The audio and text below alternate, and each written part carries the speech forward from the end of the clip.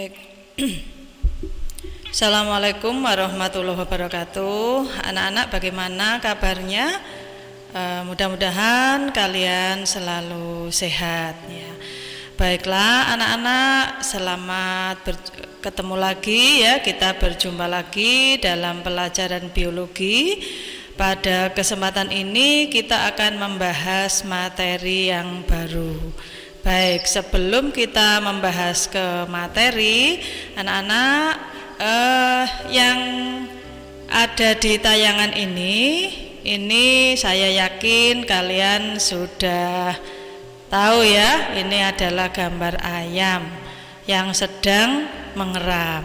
Nah, kalau kita lihat di bawah induk ayam ini itu ada telur.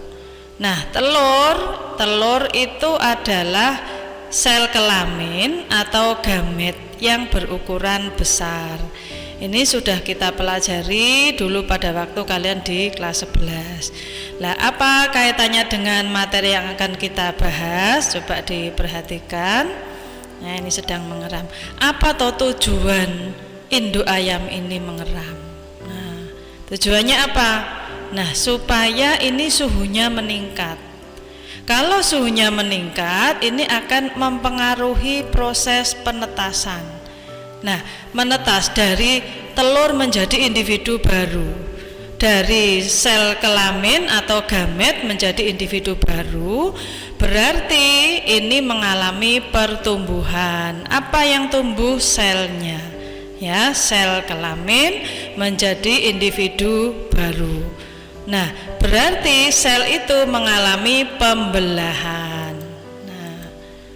Nah ini, jadi ini telur akan berkembang menjadi individu baru. Jadi ini semula satu sel menjadi multiseluler atau banyak sel, sehingga ini membentuk individu baru yang berupa anak ayam. Nah, lucu sekali kan ya? Oke. Kemudian yang ini, nah ini gambar apa ini? Sudah tidak asing lagi nih, saya kira kalian sudah mengerti. Ini adalah gambar sel kelamin juga, tetapi pada manusia. Kalau yang telur tadi adalah sel kelamin betina, kalau ini adalah sel kelamin jantan. Kalau pada mamalia, pada manusia misalnya, ini namanya spermatozoa. Nah, anak-anak, dari telur menjadi individu baru, menjadi ayam, ini berarti selnya membelah atau mengalami reproduksi. Nah, pembelahannya ini secara mitosis, nanti akan kita bahas. Sedangkan ini gamet jantan atau spermatozoa, ini nanti terjadi fertilisasi dengan gamet betina, akan membentuk individu baru juga. Misalnya menjadi manusia, menjadi kita semua ini asalnya seperti ini. Nah, sel-selnya ini membelah. Kalau pembentukan spermatozoa, ini pembelahannya secara meiosis. Jadi ini yang nanti kita bahas. Nah, materi kita itu adalah reproduksi sel atau pembelahan sel. Nah, ini pembelahannya nanti ada mitosis, ada meiosis. Oke, kita lanjutkan. Pada materi ini, kompetensi dasar yang harus kalian capai, yang harus kalian kuasai, itu adalah ya, yang pertama 3.4 itu kalian mampu menganalisis proses pembelahan sel. Nah, sebagai dasar penurunan sifat dari individu kepada keturunannya. Kemudian kompetensi dasar berikutnya, kalian mampu menyajikan hasil pengamatan ya tentang pembelahan sel pada sel hewan maupun sel tumbuhan. Tentunya ini nanti memerlukan praktikum anak-anak, supaya kalian bisa tahu bagaimana proses pembelahan sel tersebut ya. Oke. Nah, perlu diketahui ya, anak-anak, untuk pembelahan sel itu sebetulnya ada dua. yaitu langsung dan tidak langsung. Kalau pembelahan langsung itu istilahnya namanya amitosis, ya. A itu tidak, mitosis itu pembelahan yang melalui tahapan. Kalau amitosis itu tidak melalui tahapan, jadi langsung. Contohnya adalah pembelahan pada bakteri, ya, disebut juga pembelahan biner. Terus yang kedua, pembelahan secara tidak langsung, ya, jadi melalui tahapan. Ini ada dua, yaitu mitosis dan meiosis. Ini nanti yang kita bahas, ya, terkait dengan pembelahan mitosis. Oke, kita singgung terkait dengan pembelahan amitosis itu yang bagaimana. Kita review kembali materi kelas 10 dulu, bahwa pembelahan biner atau bakteri. Anak-anak, kita tahu bahwa struktur tubuh bakteri itu ada yang berbentuk kokus, ada yang bacillus, ada spirillum, ya.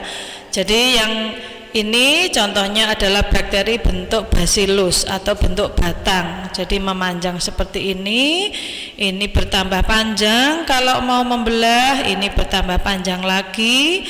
Bagian tengahnya ini terjadi pelekuan ke dalam. Nah, terus lama-lama ini membelah menjadi dua. Jadi tidak ada tahapan khusus, ya. Dan ini membelahnya cepat sekali. Jadi bakteri itu memenuhi seluruh ruangan yang ada di bumi. Bahkan di tubuh kita itu juga terdapat bakteri. Misalnya di lipatan-lipatan tubuh yang lembab. Nah, itu disukai bakteri, misalnya di ketiak. Nah, itu menjadi kurang sedap karena itu adalah sekretnya bakteri, ya. Kemudian di rongga mulut itu juga ada bakteri. Sudah di mana-mana bakteri itu ada. Baik, kita tinggalkan pembelahan biner. Ini hanya mengingatkan waktu kelas 10 dulu. Kita lanjutkan ke pembelahan mitosis.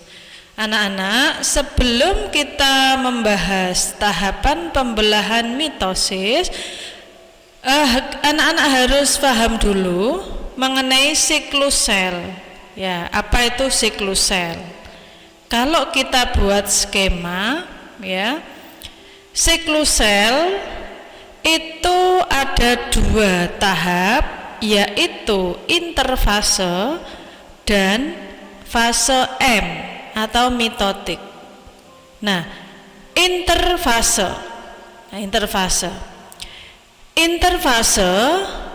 itu terdiri dari 3 tahapan, yaitu G1, S dan G2.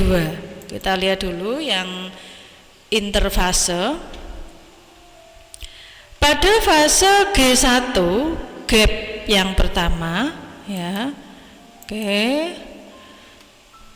Pada fase G1 ini yang terjadi adalah pembentukan organel sel dan pertumbuhan sel.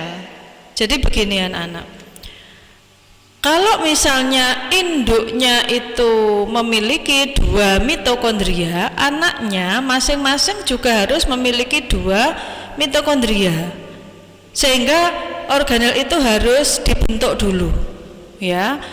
Anaknya punya 1 inti, induknya punya 1 inti, anaknya juga punya 1 inti. Maka di sini diproses dalam fase G1, ya, pembentukan organel sel dan pertumbuhan sel.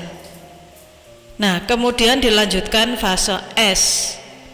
Ya, fase S ini adalah DNA dalam inti mengalami replikasi. Ya, masih ingat ya? Pada materi sebelumnya anak-anak membahas mengenai sintesis protein. Pada bahasan substansi genetika, di sana kita membahas mengenai sifat dari DNA, dia mampu mereplikasi diri atau bersifat autokatalisis. Jadi DNA induk atau template itu mampu mereplikasi menjadi DNA komplementer atau DNA pelengkapnya, sehingga menghasilkan salinan 2 DNA. Ini terjadi fase S.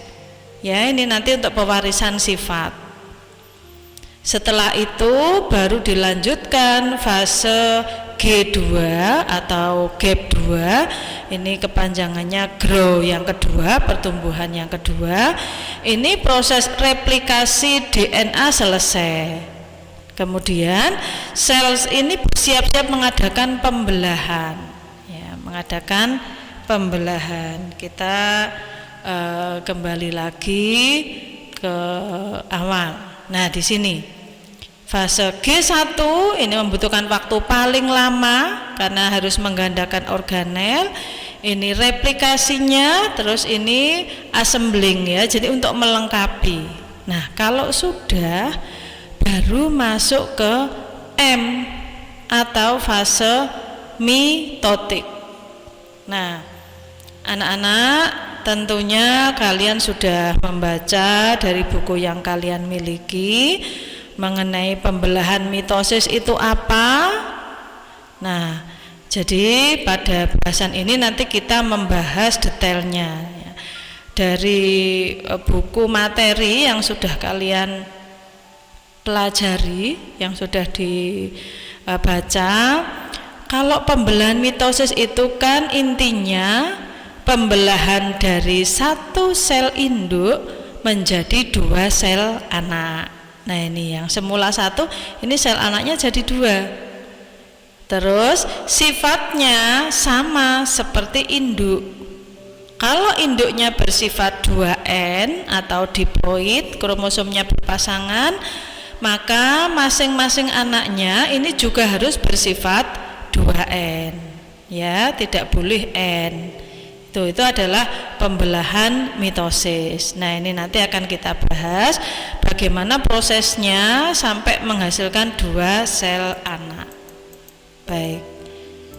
Yang pertama, ya, fase-fase mitosis. Pada prinsipnya fase mitosis ini ada 2 proses yang penting di sana. Ya, tolong diingat-ingat, yaitu proses pembelahan ya, ada 2. Yang pertama karyokinesis, yang kedua sitokinesis. Nah, ini penting sekali. Karyokinesis dari kata korion. Korion itu bahasa Latin, artinya inti. Sis itu proses. Karena di sini kata kuncinya pembelahan, berarti karyokinesis itu adalah pembelahan inti. Jadi intinya dibelah menjadi 2. Lah, pembelahan inti itu tahapannya ada profase, metafase, anafase, dan telofase. Ini harus berurutan. Kalau kita singkat itu apa tahapan dari mitosis? Tahapannya adalah PAKMAT atau PMAT. P-nya profase, M-nya metafase, A-nya anafase, T-nya telofase. Nah, setelah intinya berbelah dari 1 menjadi 2, dilanjutkan sitokinesis. Dari kata sito itu sitoplasma. Nah, sis itu pembelahan. Berarti pembelahan sitoplasma. Tentunya ini diikuti oleh pembentukan sekat sel yang baru yang akan memisahkan sel ini, memisah menjadi 2 sel anakan. Itu adalah prinsip fase pembelahan mitosis. Untuk lebih detailnya kita pahami dulu fase-fase pada karyokinesis yang terdiri dari profase, metafase, anafase, dan telofase. Nah, sebetulnya fase-fase itu didasarkan atas tingkah laku kromosom, anak-anak. Kalau kita lihat, ini adalah gambar nukleus atau inti sel. Kalau kita lihat bahwa pada inti itu ada bidang kutub, ya, kemudian ada bidang tengah atau ekuator yang tengah. Terus yang bagian tengahnya inti itu adalah nukleolus atau anak inti yang di dalamnya terdapat kromosom. Ini yang saya tunjuk, ini adalah kromosom. Nah, tentunya sebelum menjadi kromosom ini berupa benang tipis yang panjang, ya, namanya kromatin, terus menebal menjadi kromosom. Nah, kalau kita lihat gambaran seperti ini adalah ciri-ciri profase. Nah, ini asalnya kromatin, menebal membentuk kromosom. Ini ciri yang pertama. Kemudian ciri yang kedua, nah ini adalah membran inti dan anak inti. Nah, ini putus-putus anak-anak, ini menghilang, ya, menghilang. Nah, ini melebur ke dalam sitoplasma, itu ciri yang kedua. Kemudian ciri yang ketiga, kromosom ini yang semula satu menduplikasi, mengganda. Nah, kromosom yang mengganda namanya adalah kromatid.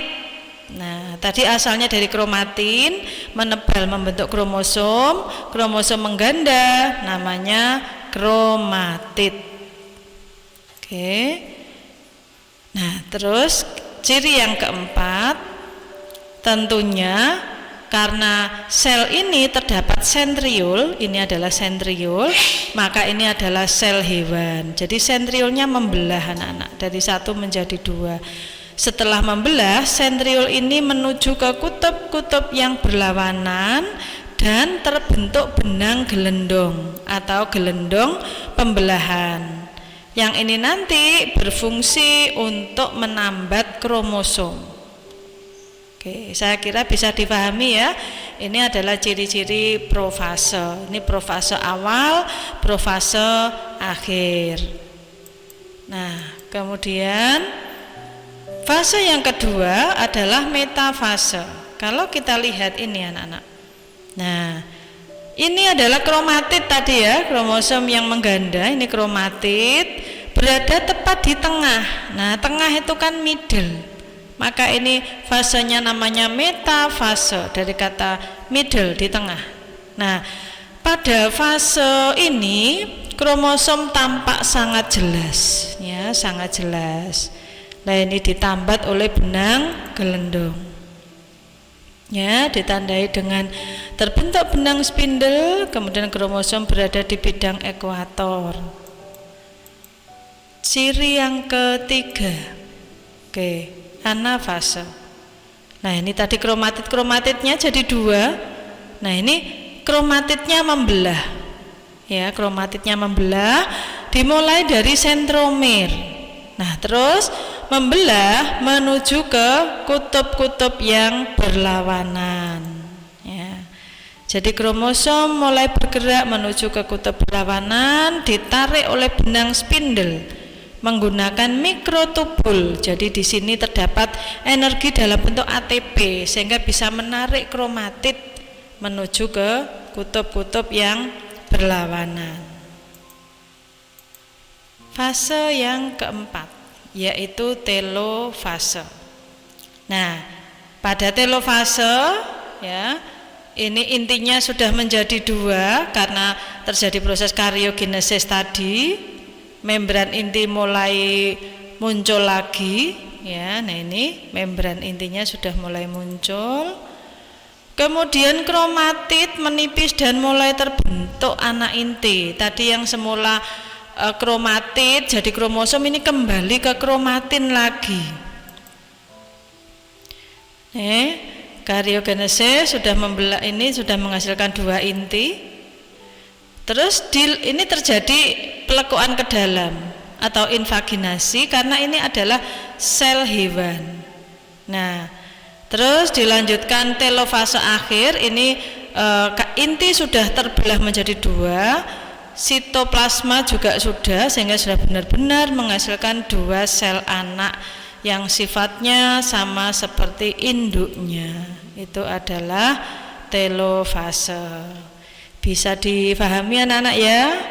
Kalau ada pertanyaan silahkan bisa ditanyakan, tentunya melalui grup kelas biologi ya. Anak-anak bisa chat ya jika ada yang belum jelas. Baik, kalau kita simpulkan proses pembelahan mitosis ya, yang pertama apa tadi yang pertama? Ini profase awal, yang di sini adalah profase akhir, yang ini kayak di tengah metafase, kemudian ini saling menuju ke kutub yang berlawanan namanya anafase, yang ini adalah telofase awal, ini terjadi karyokinesis, terus yang terakhir adalah telofase akhir, ini sudah terjadi sitokinesis. Jelas anak-anak ya? Ya. Nanti silahkan difahami lebih lanjut biar lebih mengerti.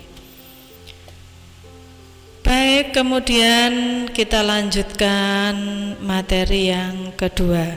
Oke, sebelum kita bahas pembelahan meiosis, sedikit Ibu mengulang tadi, kalau pembelahan mitosis itu tujuannya untuk apa? Yang pertama tadi dari telur ayam menjadi ayam berarti untuk pertumbuhan. Kemudian bisa juga untuk mengganti sel-sel tubuh yang rusak. Nah itu pembelahan mitosis. Kita lanjutkan. Yang kedua adalah pembelahan meiosis. Tentunya di sini terjadi pada sel gamet. Ini persis seperti mitosis, ya. Tetapi ada sedikit perbedaan bahwa pembelahan meiosis ini ada dua, ada meiosis 1 dan meiosis 2. Ya, kita lihat untuk meiosis 1 diawali dengan profase 1. Lah ciri-ciri profase 1 itu sama seperti profasenya mitosis, ya ciri-cirinya. Oke, kemudian yang di sini ini adalah metafase 1. Jadi ini kromatidnya satu garis, ini satu garis. Cirinya persis seperti mitosis. Berarti kromatid tepat berada di bidang ekuator, tetapi ada perbedaan. Silakan nanti diamati.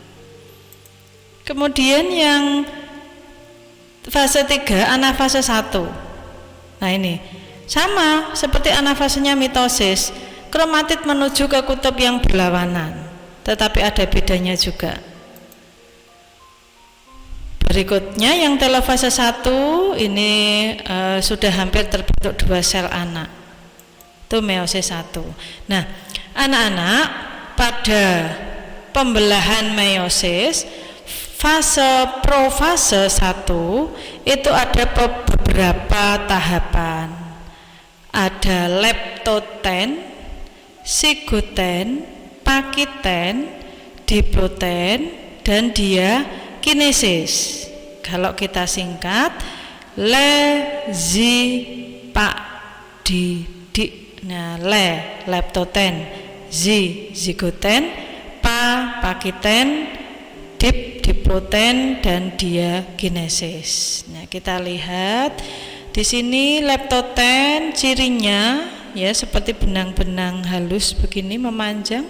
Sigoten ini sudah mulai menebal. Pakiten ini berpasangan.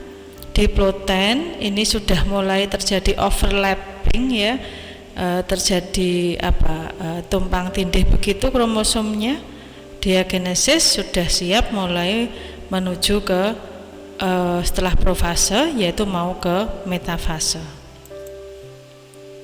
Baru dilanjutkan meiosis 2. Lah, antara meiosis 1 menuju ke meiosis 2 itu waktunya sangat singkat. Yang diberi jeda interkinesis ya. Nah, ini prinsipnya juga sama seperti mitosis. Nah, ini hasil dari telofase 1 tadi seperti ini. terus mengalami profase 2, ya. Cirinya sama, ya, sama seperti mitosis. Profase 2 masing-masing sel anakan ini akan mengalami perubahan posisi kromosom atau kromatid. Yang ini metafase 2, kromatid menuju ke bidang ekuator. Kemudian anafase 2-nya masing-masing ini membelah menuju ke kutub-kutub yang berlawanan. Yang di sini membelah jadi satu, ini yang ini membelah, terus yang ini membelah juga, ini juga.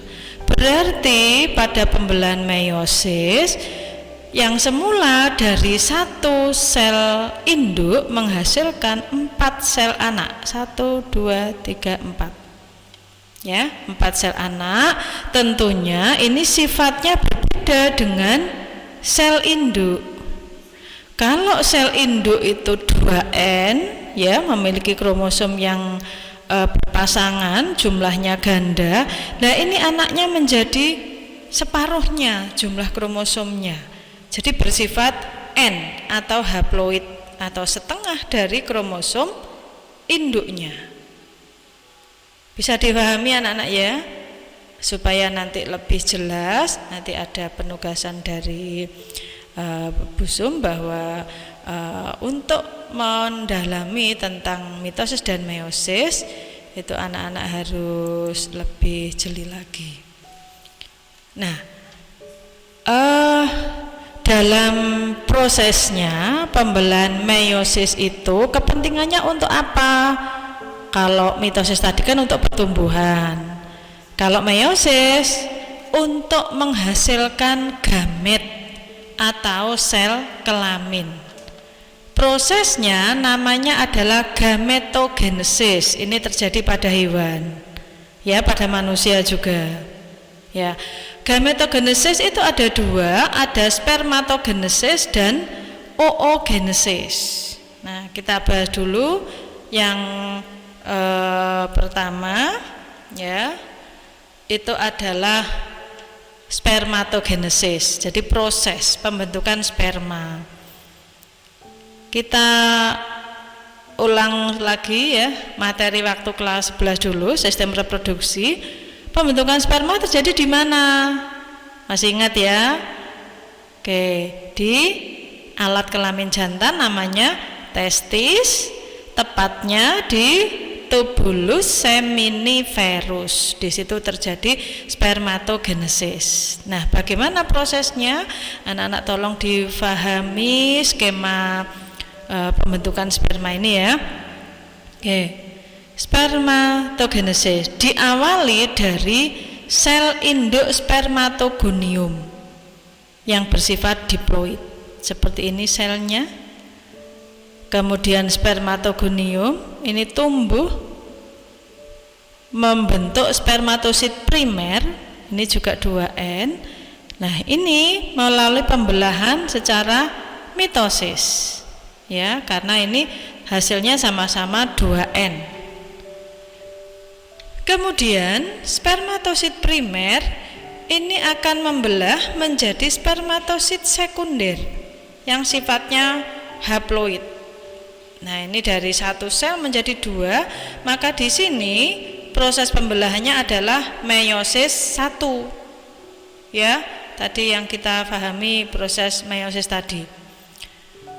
Kemudian spermatosit sekunder ini akan membelah menghasilkan spermatid dari satu spermatosit sekunder menjadi 2 spermatid. Yang ini juga.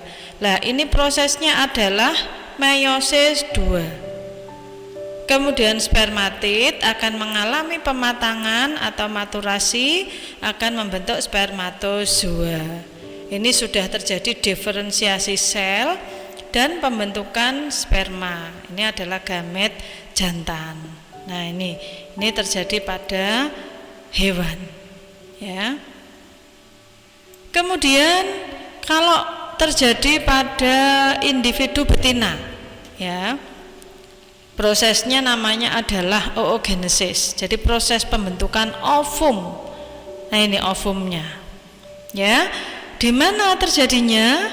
Pada ovarium, ya, pada ovarium atau indung telur. Nah, diawali dari sel induk sel telur, ya, namanya oogonium yang bersifat diploid atau 2N.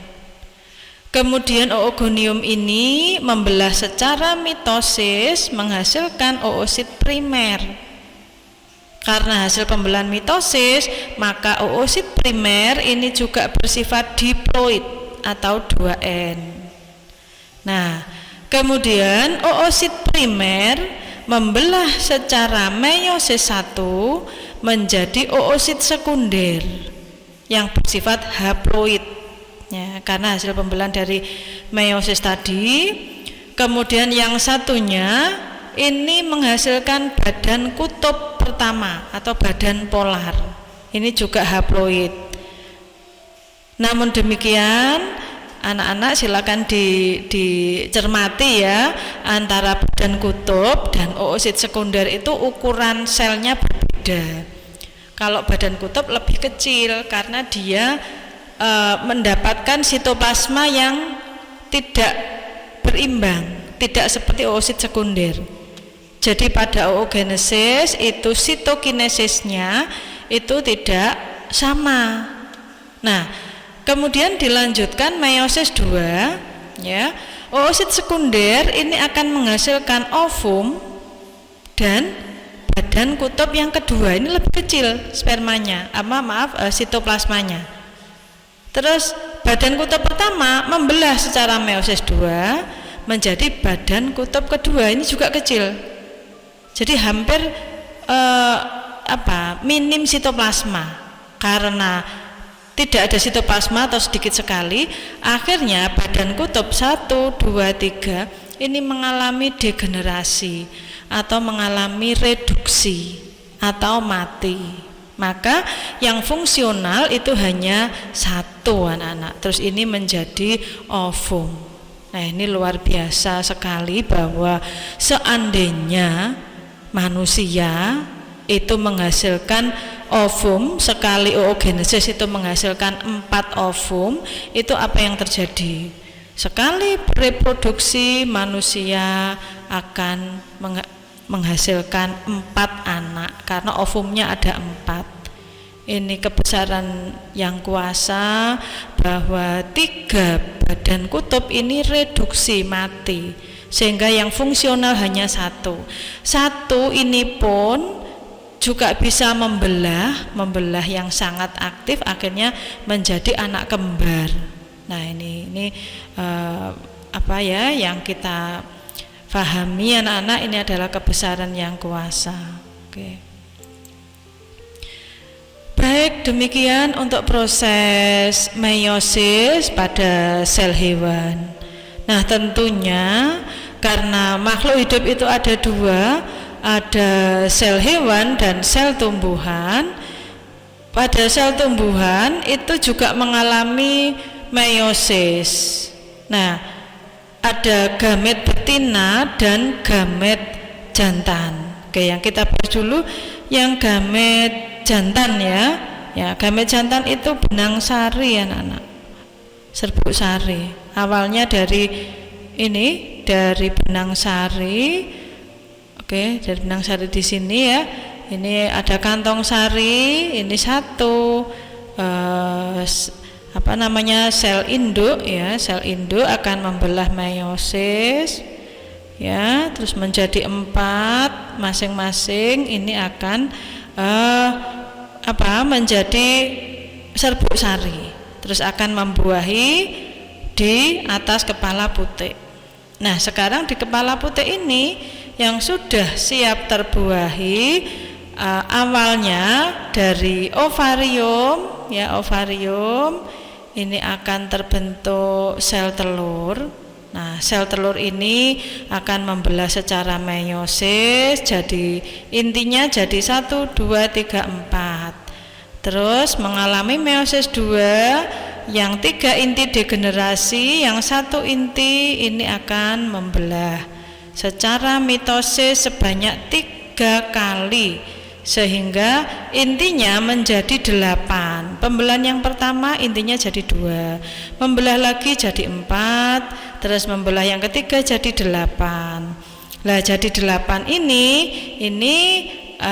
nanti akan membentuk gamet betina yang sudah dewasa, terdiri dari ini adalah inti kandung lembaga sekunder, terus yang bawah ini adalah ovum, di samping kiri kanan ada sel pengiring atau sinergit, terus 3 inti yang di atas ini namanya antipoda. Lah nanti kalau terjadi pembuahan, ini adalah pembuahan ganda. Yang pertama itu sel telur akan dibuahi oleh inti generatif 1 membentuk embrio, sedangkan inti kandung lembaga sekunder dibuahi oleh inti generatif 2 akan membentuk endosperm atau cadangan makanan. Itu adalah proses gametogenesis pada tumbuhan. Oke. Nah, baik. Anak-anak ini ada penugasan ya. Silahkan nanti disimak ya pada link YouTube berikut ini. Bisa juga dilihat di video YouTube channelnya Busum. Jangan lupa pengumpulan tugas dikirim ke Google Classroom. Nanti akan saya share lagi penugasannya. Demikian anak-anak, selamat bekerja, sukses untuk kalian semuanya, selalu semangat, yang terpenting kalian selalu sehat. Jangan lupa untuk sehat itu perlu asupan gizi dengan menu gizi seimbang. Nah, seperti ini. Terima kasih, demikian yang bisa saya sampaikan. Mudah-mudahan anak-anak menjadi lebih paham dan lebih mengerti materi bahasan reproduksi sel. Kita lanjutkan di pertemuan berikutnya. Terima kasih, saya akhiri. Wassalamualaikum warahmatullahi wabarakatuh.